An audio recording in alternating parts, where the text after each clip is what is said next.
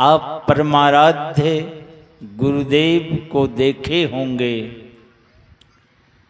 कि हर दम हमेशा बात करते करते भोजन करने बैठे हैं, मुंह में ग्रास है भोजन का और कहाँ चले गए।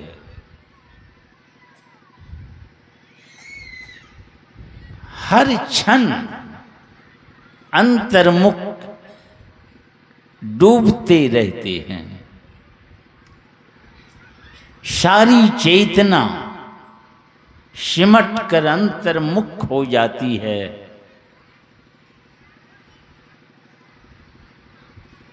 ये दम की साधना गुरु महाराज को व्हील चेयर पर बैठा के टहला रहे थे।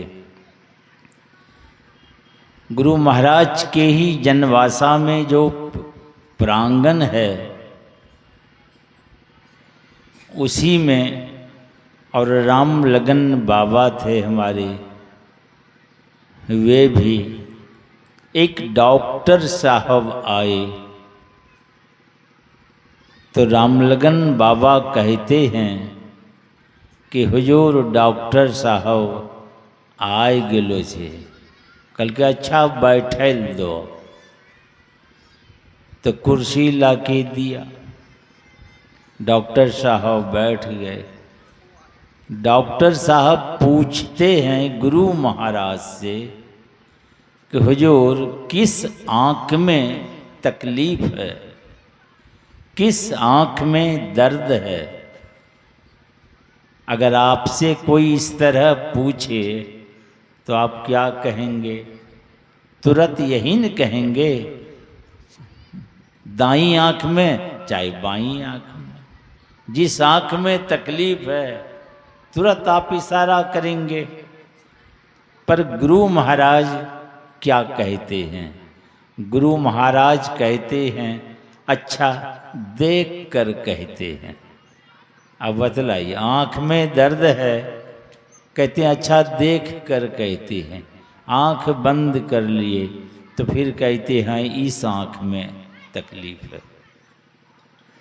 तो वे चेतन की धारा को समेट लेते हैं, तो वहाँ जो कष्ट है कुछ है पता नहीं चलेगा।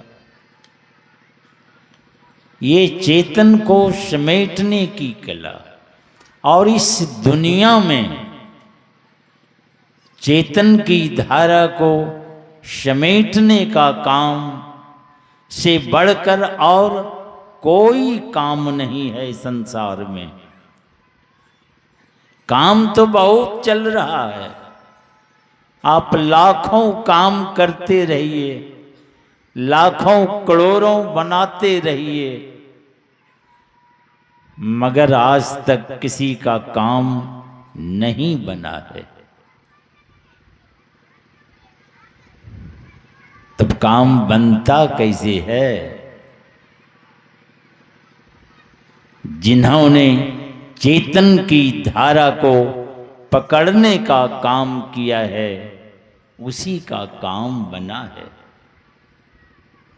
इसीलिए हमारे परमाराध्य गुरुदेव कहते हैं, नित्य प्रति सत्संग कर ले प्यारा, तेरा कार्य सरे सारा। तुम्हारा काम बनेगा। कैसे बनेगा? तो कहते हैं इस सारी कार्य को पहले निर्णय करो, फैसला करो, करना क्या है। काम तो बहुत चल रहा है संसार में, एक दो काम है, पर वह कौन सा काम है जिससे काम बनता है? तो गुरु महाराज बड़ी कृपा किए। कहाँ जाएगा फैसला सुनने, फैसला ही सुना दिए। क्या फैसला सुनाए? कहा धर चेतन धारा, चेतन की धारा को पकड़ो। जैसे थर्मल पावर से बिजली चलती है, वहाँ हजारों मेगावाट बिजली बनती है, पैदा होती है, और लाखों वोल्ट में बिजली चलती है। तो वो बिजली पहले घर घर नहीं जाती है, वो ग्रिड में जाकर वहाँ कंट्रोल होती है। फिर वहाँ से 11,000 वोल्ट, 33,000 वोल्ट, इस तरह वोल्ट में वो वहाँ से चलती है। फिर आपके गांव के बाहर में भी ट्रांसफार्मर है, वो कंट्रोल करके तब आपके घर में 440 वोल्ट वो बिजली जाती है। और आपके घर में हीटर है, मोटर है, रेफ्रिजरेटर है, पंखा है, मरकरी है, फ्रीज है, बहुत है, पर बिजली तो एक ही है। फ्रीज के लिए अलग बिजली होती है, पंखा के लिए अलग होती है क्या? नहीं, वही बिजली है। फ्रीज में गई तो वो बर्फ जमाती है, अब बगल में हीटर है तो आग उगलती है। पंखा में गई, पंखा नाचता है, हवा निकलती है। मरकरी में गई बिजली तो रोशनी दे रही है। अलग अलग यंत्रों में जाकर के वह बिजली अलग अलग काम करती है। उसी तरह आपके अंदर भी चेतन की धारा आई है कहाँ से? वो तो थर्मल पावर से बिजली आई है, और आपके अंदर आई है सुपर पावर, सबसे बड़ी शक्ति। कितनी बड़ी शक्ति है? हमारे परमाराध्य गुरुदेव कहते हैं, ये प्रकृति द्वय उत्पत्ति और लय होवे प्रभु की मौज से। उनकी मौज होती है तो सारी सृष्टि खड़ी हो जाती है, और उसकी मौज होती है तो चुटकी बजाते सृष्टि समाप्त हो जाती है।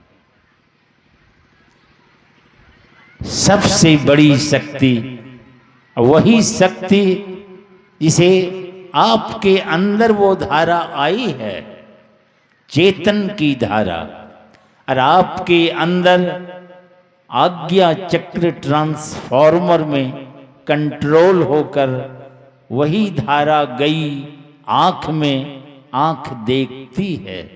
वही धारा गई कान में, कान सुनता है। वही धारा गई जिह्वा में तो वो स्वाद लेती है। अलग अलग इंद्रियों में वही चेतन की धारा गई है। अलग अलग काम होता है। अगर उस चेतन की धारा को आज्ञा चक्र लग ही समेट लिया जाए, जैसे गांव में बिजली जो गई, बाहर में जो ट्रांसफार्मर है वहीं पर बिजली समेट दीजिए, काट दीजिए, तो सारे बाजार के हीटर, मोटर, रेफ्रिजरेटर सब ठप हो जाएगा। है कोई फीटर जो उसको चालू कर दे? जब तक कि बिजली नहीं आएगी। वैसे ही आज्ञा चक्र में इस चेतन की धारा को समेट लेंगे। आँख देख नहीं सकेगी, कान सुन नहीं सकेगा, नाक गंध ग्रहण नहीं कर पाएगी, मुंह में रसगुल्ला ठूस दीजिएगा, कुछ पता नहीं चलेगा उसको। ये सारी इंद्रियां निश्चेष्ट हो जाएगी, ठप हो जाएगी। सबकी कहिए दम निकल जाएंगे। ये दम की साधना, चेतन की धारा सिमट जाती है। ये सिमटने की कला। हमारे गुरु महाराज कहते हैं जो अति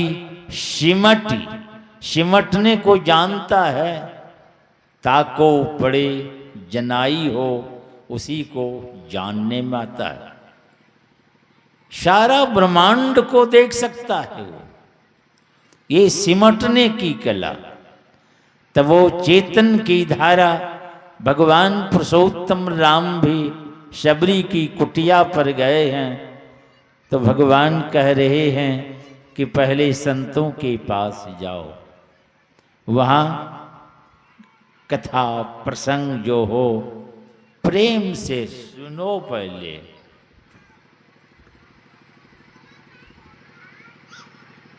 और जाओ तो वहाँ मान सम्मान ये सब छोड़ के जाओ,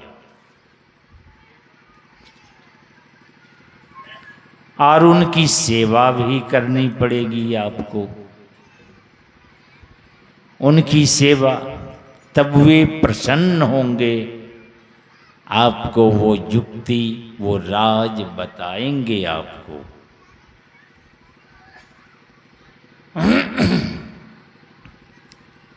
हमारे गोरखनाथ जी महाराज कहते हैं,